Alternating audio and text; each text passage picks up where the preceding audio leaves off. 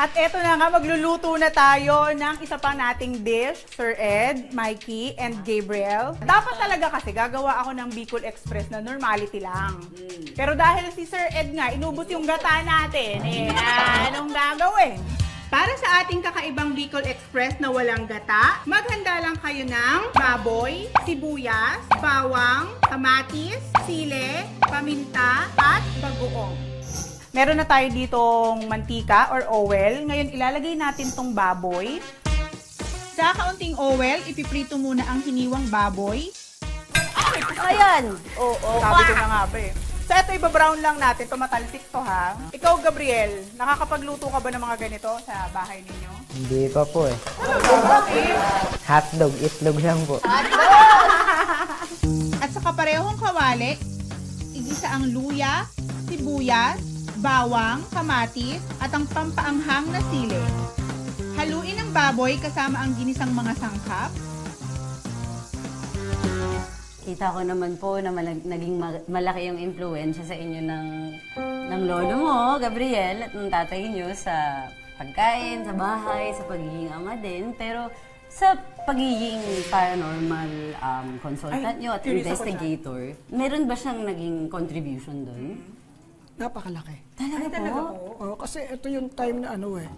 Alam mo yung skeptic kasi akong tao eh. Hindi ako masyadong paliwalain dati eh.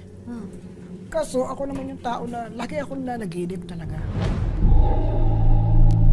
So meron akong series of dreams na sunod-sunod. Yung senaryo na may nakaburol, tapos may mga nakaupo doon, kamag-anak namin.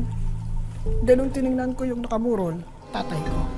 Pero buhay pa po siya nung napanaginipan niyo yan. High school pa lang ako noon eh. So, parang premonition yung Parang ganun. Parang vision, no? Parang early vision. So, Tapos? hindi ko naman, binaliwala ko yun kasi wala naman akong alam dun eh. Wala po kayong pinagsabihan? Wala kayong... Ang naging puzzle sa akin is mayroong tatlong tao doon na hindi ko kilala. Doon sa panaginip? Oo. Tapos po? Nakaupo sila during the lamay. Tapos, nung nangyari, eksakto yung senaryo.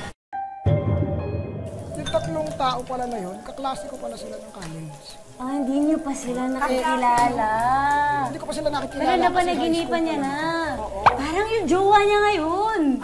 Parang Ang galing! Okay, dami yung tapos? vision, that's why I follow my dream. Kasi alam niyo na, parang nagkaroon na ngayon ng pattern sa buhay niyo na yung mga panaginip niyong gano'n, nagkakatotoo. Correct.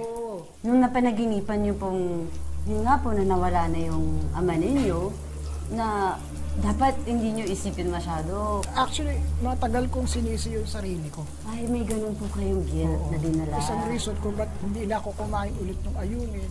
Ay, talaga po. Tapos mangga, hindi ako kumain for at least 2 years. Bakit po? Sa mangga? Kasi ako yung nagbukas ng mangga bago labas siya ng hospital that time. Binigay ko kay ama yung mangga. And then, pumunta siya ng CR, na-choke siya. Yun na yung kinamatay niya. So parang ang tingin ko, kung hindi ko ito binigyan ng mangga, Hindi. hindi mamamatay. Pero hindi niyo naman po Pero, ginustong mangyari. Yun yung reason ko kung bakit ako nagpatuloy sa pag-research. Ano ba itong nangyari? Kasi kung dapat, naiwasan sana ito kasi napanaginipan ko na, di ba? Kaso wala akong nagawa. Hindi ako nagpunta rito para makipag-away sa inyo. Nagpunta ako rito para kausapin kayo. Pa sa gutter ng gilid ng kalsada. Pagpasok ko, biglang may shallow dito. Kami bito ko yan. Inalam ko ano ba yung mga nangyayari sa akin. And eventually, natutunan ko siya. Nakakatulong ako sa ibang tao. Okay lang ba tanungin ko sa'yo, Gabriel? Kailan ba nagduda ka kung totoo ba ang mga nakikita ng papa mo o hindi?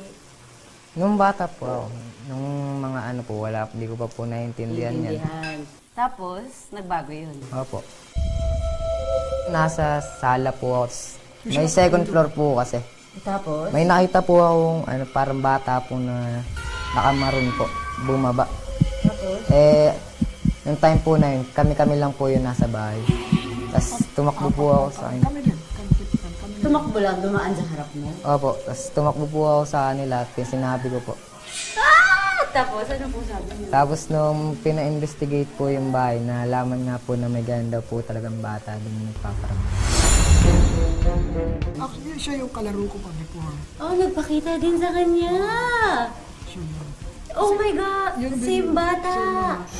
Patapos na ang niluluto natin mga kapitbahay. Pero habang napapasarap ang scary kwentuhan ni na Mikey, Ed at Gabriel, ito muna ang quick luto recap. Una nating prinito ang karne ng baboy at sa kaparehong kawali, igisa ang luya, sibuyas, bawang, kamatis at ang pampaanghang na sili. Hinalo lang natin itong mabuti saka tinimplahan ng seasoning at paminta. Sa huli, idagdag ang bagoong saka haluin itong mabuti.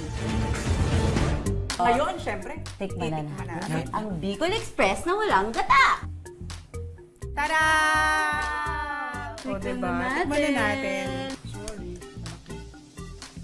May kagatong ahang. Sarap! Pwede pala yung kanin ito. walang gata. Yan, isa pang recipe mga kapitbahay na pwede niyong itry sa bahay.